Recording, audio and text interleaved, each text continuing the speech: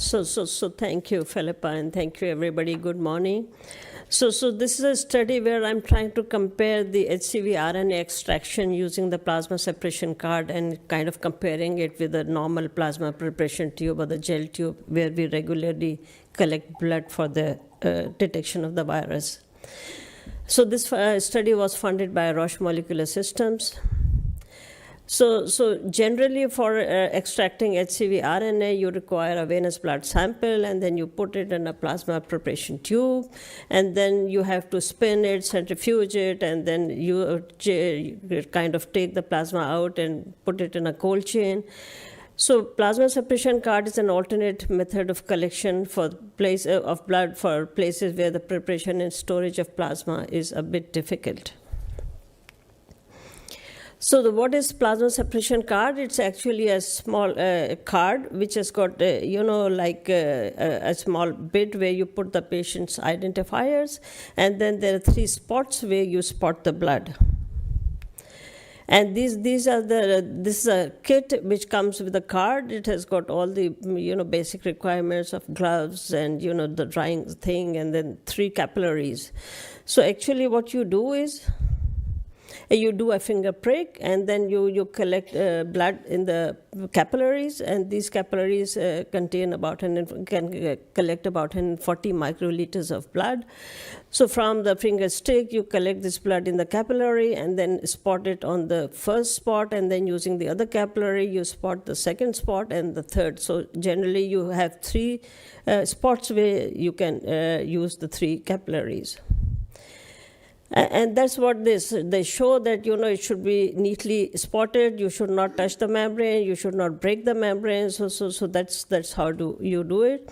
So in the lab, and then you just dry it in the room, and then just post it. You don't have to even keep it refrigerated. You can keep it. We kept it for 14 days in the room temperature. So then they were posted to the lab, and in the lab the filter was removed, and the plasma from the tub was used for the viral extraction. And for the viral load, the value which was obtained was multiplied by a factor of 50. So the results are that we had about 5,500 adults over 18 years who were tested for anti-HCV at 2 different sites, and 350 were anti-HCV reactive, and they underwent the PSC spotting, or the plasma separation card spotting, plus a venous blood was collected in the PPT tube for the PCR using the conventional method. So here I would like you all to really focus that there were 2 sites. Site 1 was a health facility site, where the patient, it was a hepatitis program site where the patients were coming to get tested. It had well-trained staff working at the site for many years, so any person who became positive underwent a finger stick collection for PSC and the venous blood at the site under one roof within the health facility. While Site 2 was a community where a trained phlebotomist went door to door. And they undertook the HCV testing, they undertook the finger stick and venous bloods in the house with bare minimum support.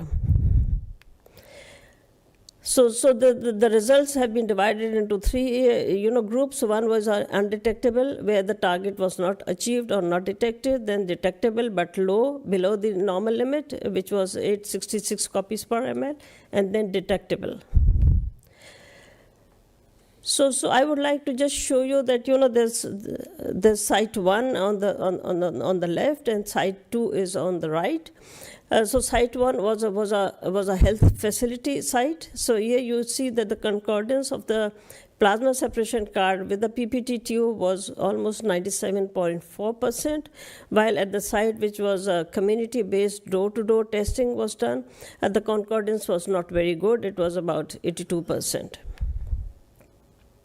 So that's what this is showing, that the concordance was high at Site 1, 97.4%, and at this site only 4 were misclassified. There 3 had low HCV RNA levels in the plasma separation card versus the PPT, and 1 had higher levels.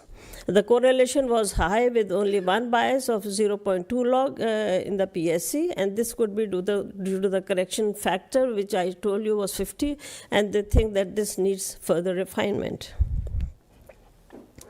So the conclusion, ladies and gentlemen, is that following the manufacturer's instruction, the plasma separation card showed excellent performance as a specimen collection type and transportation device in the underserved settings where refrigeration and transportation might be an issue. But direct spotting of the blood on the plasma separation card obviates the need for a phlebotomist and a cold chain, but obviously the users have to be trained on the preparation of the plasma separation card to really get the reliable results. Thank you.